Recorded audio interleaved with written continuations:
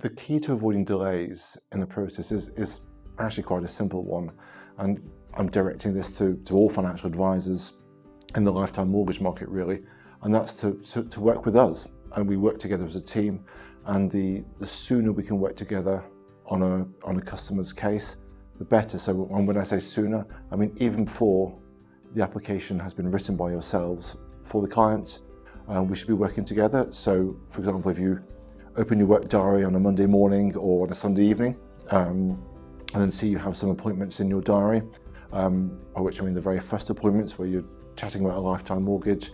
The key to getting that case through smoothly and without any delays is to simply email me and say, Peter, I'm speaking with whichever client, this is the address, and we will send you a copy of the deeds.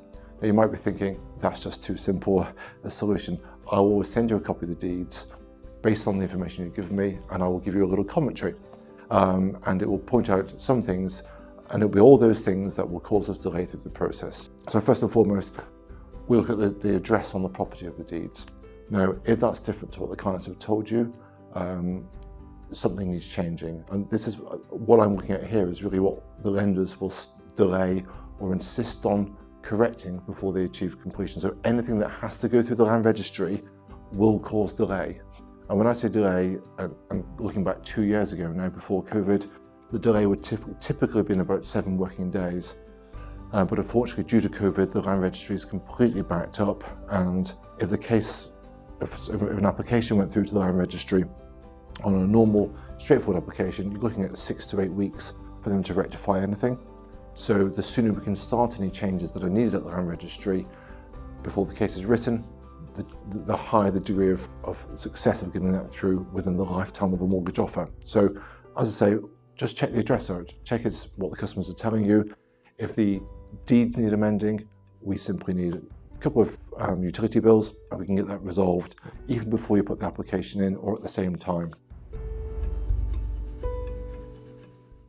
Going on through the deeds, looking at other major causes of delay, the names. If the deeds say Peter Barton, but you then speak with Peter and you realise it's Peter Lawrence Barton, again the deeds are incorrect. They will need resolving, and it may sound the simplest change. You might think, well, the deeds don't need changing. Peter is clearly the same person. The lender and their solicitors will insist that those deeds are changed. So again, let's get that application to the land registry in at the same time, or indeed before you put your application into the lender for that valuation and that mortgage offer to be done. We also check on the deeds, and I will point this out to you when I email you. Is it really Peter on the deeds, or is there an extra name on there? Why is that extra name on there? Why is there a restriction under their names? All those sort of things will need resolving. And that particular section of the deeds is called Section B of the deeds. That will also show things like if Peter's been made bankrupt, if there are CCJs, all those things that clients may forget to tell you or forgotten about because it's historically so old.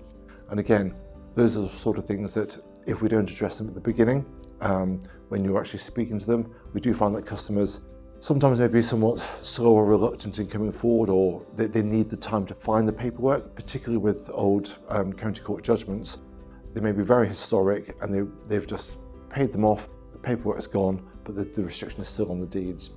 So again, if you're speaking to them on that very first meeting, highlighting that it's still on the deeds, it'll give them time to locate the references so that we can resolve that problem for them. Likewise, if you're speaking to clients and a mortgage has been paid off, that is actually the single most reason for delay on deeds is, getting a redemption statement. Yes, that doesn't take 10-15 minutes like it used to. That can take a week. But actually an old charge that is a historic one, typically we're finding, I don't like to name names, Halifax or HSBC, they're still on the deeds, paid off 20 years ago. To get that removed can take up to 12 weeks. So if you imagine you've written an application, the offer's been issued, and we still haven't got the details of that paid off mortgage, that offer will have expired by the time that charge comes off the deeds, because we here at Barton Law, we're not the ones that will be removing it, it will be the old lender.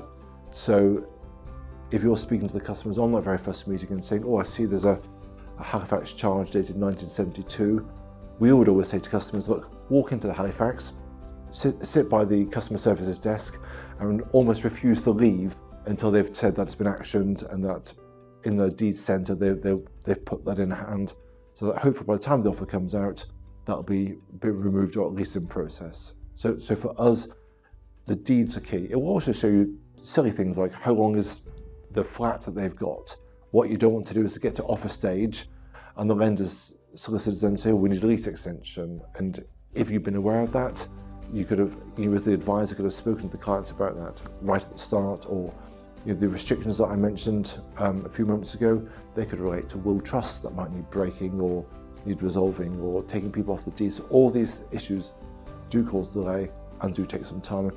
We always say that you as the financial advisors, you're always the ones who have probably the strongest relationship with clients, because you're sitting down with them probably for anything between 5 to 10 hours. And if we've given you that information as to what needs to be resolved, it's much easier for you to sit down and say to them, well, Peter will be asking you for this, this and this, and this is why. So we can work through that rather than chasing the clients after the offer's been issued. The clients are very much focused on the expiry date of the offer and the potential change in rate of that mortgage offer.